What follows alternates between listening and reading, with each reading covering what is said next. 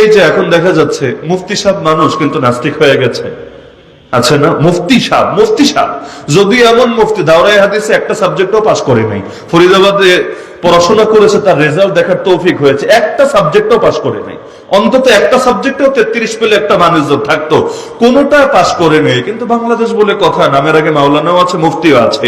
ইতিমধ্যে নাস্তিক হয়ে প্রতিদিন নাস্তিকতার প্রচারণা চালিয়ে যাচ্ছে সোশ্যাল মিডিয়ার মাধ্যমে। তো একজন মানুষ মাদ্রাসায় পড়ে সেখান থেকেও যদি নাস্তিক হতে পারে, আল্লাহ হেফাজত করুন।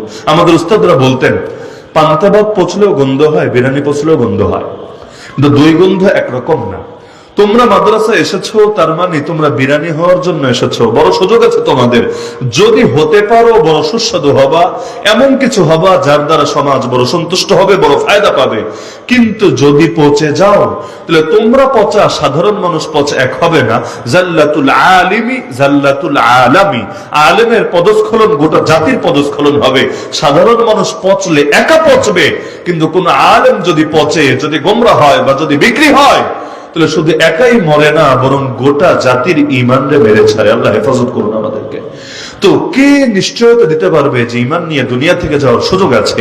এই যে তাকওয়া এমন একটা জিনিস, মৃত্যু পর্যন্ত প্রতিটা মুহূর্তে ধরে রাখতে হবে। এই রমাজান কিন্তু এজন্য আসে নাই। এক মাস তাকওয়া হাসিল করবেন, লাআল্লাকুম তাত্তাকুন, এক মাসের জন্য খাঁটি মুত্তাকি বান্দা হয়ে যাবেন। এরপর বাকি সারা বছর যেমন ছিলেন তেমনই থাকবেন। বাংলাদেশে এমন মানুষও আছে, রমজান আসলে আর দাড়িটাও শেভ করে না, একদম পুরো খাঁটি আল্লাহওয়ালা হয়ে যায়।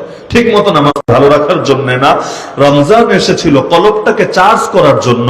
এক মাস চার্জ হবে, বাকি 11 মাস ব্যবহার হবে। চার্জে সারাদিন লাগিয়ে রাখতে হয় না, কিন্তু এক মাস এমন চার্জ দেওয়া দিবে, এই চার্জ দিয়ে বাকি 11 মাস আপন শক্তিতে সুন্দরভাবে চলতে পারবে।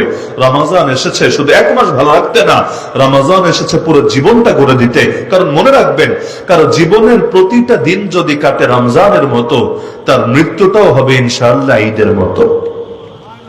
জীবনের প্রতিটা দিন যদি কাটে রমজানের মতো, রমজানের দিনগুলো অন্যান্য দিনের চাইতে যেহেতু একটু ভালো কাটে, তো এভাবে কেউ যদি তার পুরো জীবনটাই রমজান বানিয়ে ফেলতে পারে, তার মৃত্যুটা ঈদের মতো পরম আনন্দের হবে। এজন্য দেখবেন কত মানুষ মারা যাওয়ার পরও চেহারার দিকে তাকালে শুধু দেখতেই মনে চায়।